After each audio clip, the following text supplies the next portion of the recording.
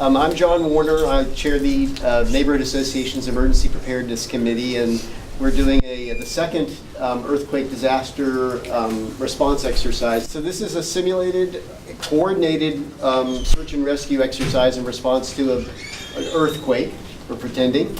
And we've got two rescue mannequins, which are just dummies, big dummies. They're used for training like this, that are down in the garage.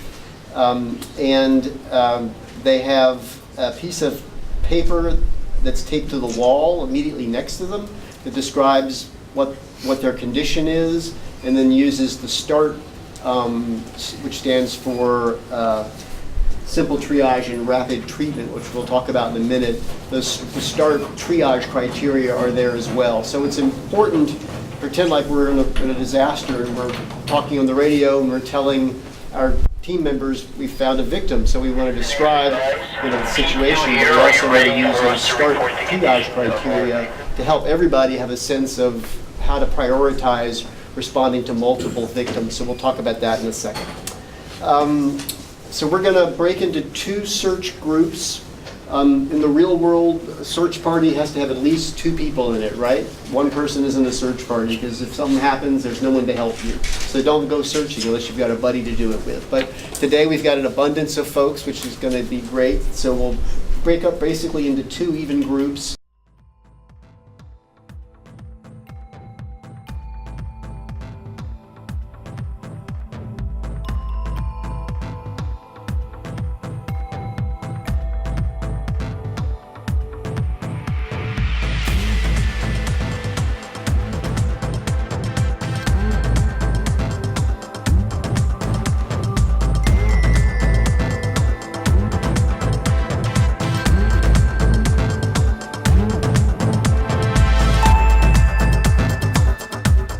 Found our victim, and I'd like to call in the medical information.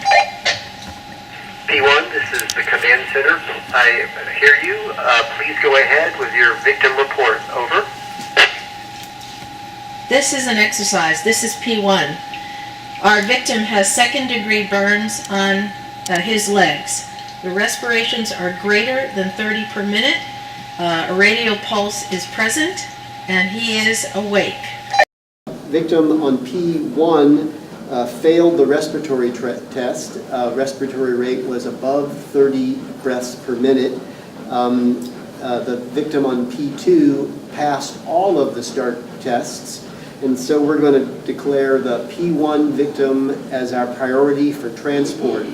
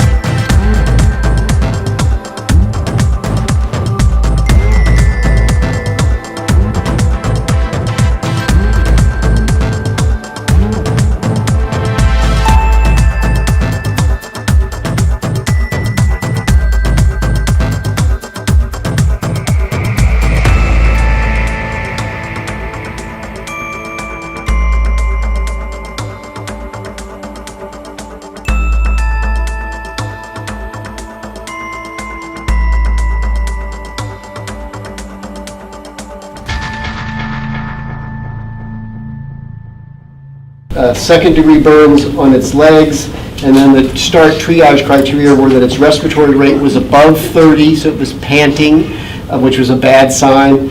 It did have a radial pulse, which is, you check for a radial pulse if you just were holding someone's wrist there, or they could have done the capillary refill, right? But we just said it had a pulse, so we checked it for a pulse.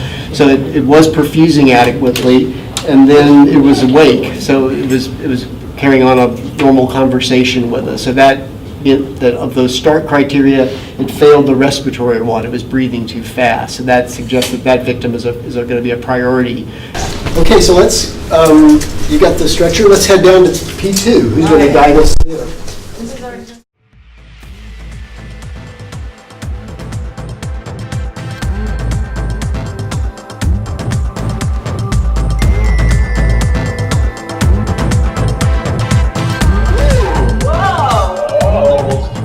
Oh my God!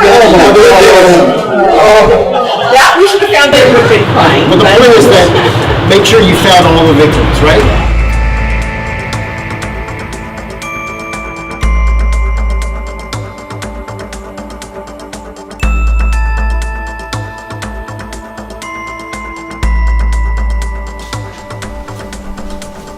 Okay, so the head calls the 1, 2, 3. But, I mean, I think they're equally as effective. I guess I'd be interested in feedback from the group in terms of, you know, what those two rescues were like, differences, concerns, questions.